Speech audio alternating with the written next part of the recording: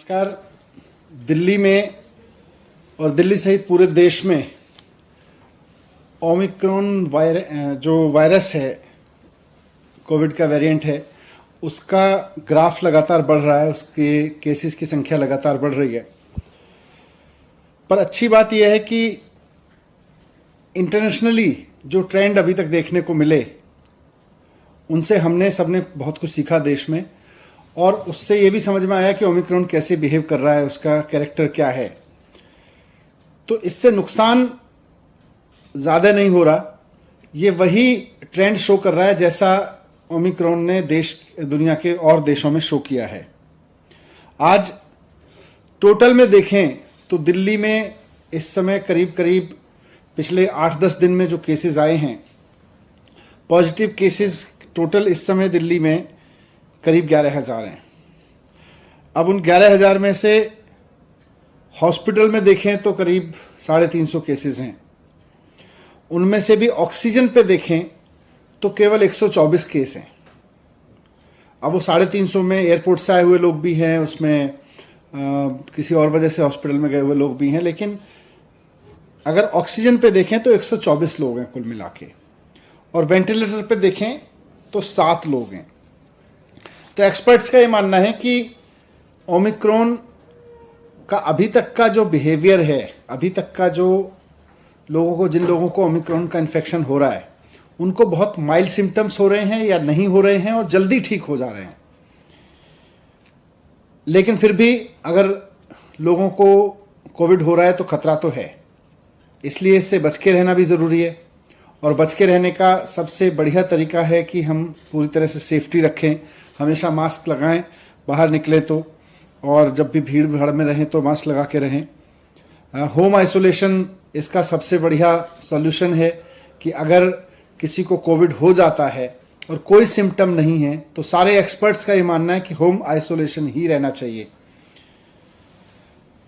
Hospital केवल तभी जाएं जब आपकी ऑक्सीजन लेवल लगातार डिप हो रही हो या आपको कोई परेशानी हो, तो आज भी एक्सपर्ट्स ने यही बात दोहराई। लेकिन बढ़ते हुए केसेस को देखते हुए सरकार भी इस बात को लेकर चिंतित है कि ये बहुत तेजी से ना फैले। इसको जितना नियंत्रित किया जा सके, क्योंकि इसकी कोई डायरेक्ट दवाई तो है नहीं, तो इसको जितना हम नियंत्रित कर सकें, इसके बढ़ने की स्पीड को जितना हम नियंत्रित कर सकें, उतना हम इसको ठीक से मैनेज कर सकते हैं। तो इसलिए आज डीडीएमए की बैठक में सरकार ने कुछ फैसले लिए। उसमें सबसे इम्पॉर्टेंट है कि दिल्ली में सैटरडे और संडे को, यानी वीकेंड्स पर अब कर्फ्यू रहेगा। तो लोगों से अपील है कि कर्फ्यू के दौरान बाहर ना निकलें, बहुत ज़रूरी होने पर हॉस्पिटल या कोई बहुत एसेंशियल ज़रूरत पर ही बाहर निकलें, लेकिन सैटरडे संडे को कर्फ्यू का पालन करें, घर में रहें, वर्क फ्रॉम होम करें या परिवार के साथ बैठें। दूसरा, केसेस ना बढ़ें, इसलिए ये भी फैसला लिया गया कि जितने भी गवर्नमेंट ऑफिसेज हैं उनमें एसेंशियल सर्विस वाले ऑफिसेज को छोड़कर सबको अभी दफ्तर आने से मना किया जाएगा और केवल ऑनलाइन या वर्क फ्रॉम होम कराया जाएगा। तो government offices work from home mode पे रहेंगे या ऑनलाइन मोड पे रहेंगे। प्राइवेट ऑफिसेज को 50% अलाउ किया जाएगा, वो 50% कैपेसिटी ऑफलाइन रखें और 50% ऑनलाइन या वर्क फ्रॉम होम रखें।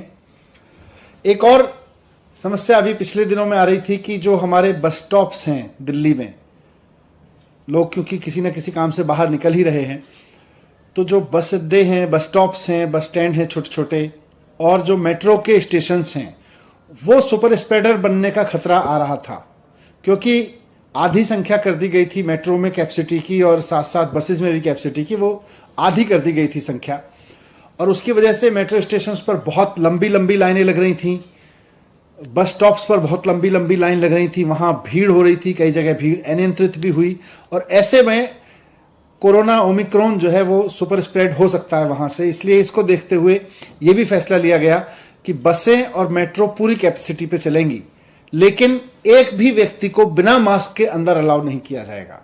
तो अगर आप बस में जा रहे हैं या मेट्रो में जा रहे हैं तो बिना मास्क के आपको किसी भी कीमत पर अलाउ नहीं किया जाएगा। ना सिर्फ चढ़ना बल्कि वहां यात्रा करना भी अलाउ नहीं होगा लेकिन बस और मेट्रो अब फुल कैपेसिटी पे चलेंगे, ये भी डिसीजन लिया गया।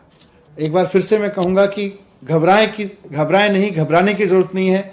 मास्क को एक हथियार बनाएं, साथ साथ बहुत ज़रूरी हो तभी घर से बाहर निकलें, और जब निकलें तो अगर मेट्रो या ट्रेन से बस से जा रहे हैं तो उसमें भी ध्यान रखें कि मास्क लगा के चलेंगे। लेकिन सैटरडे संडे पूरी तरह से कर्फ्यू रहेगा।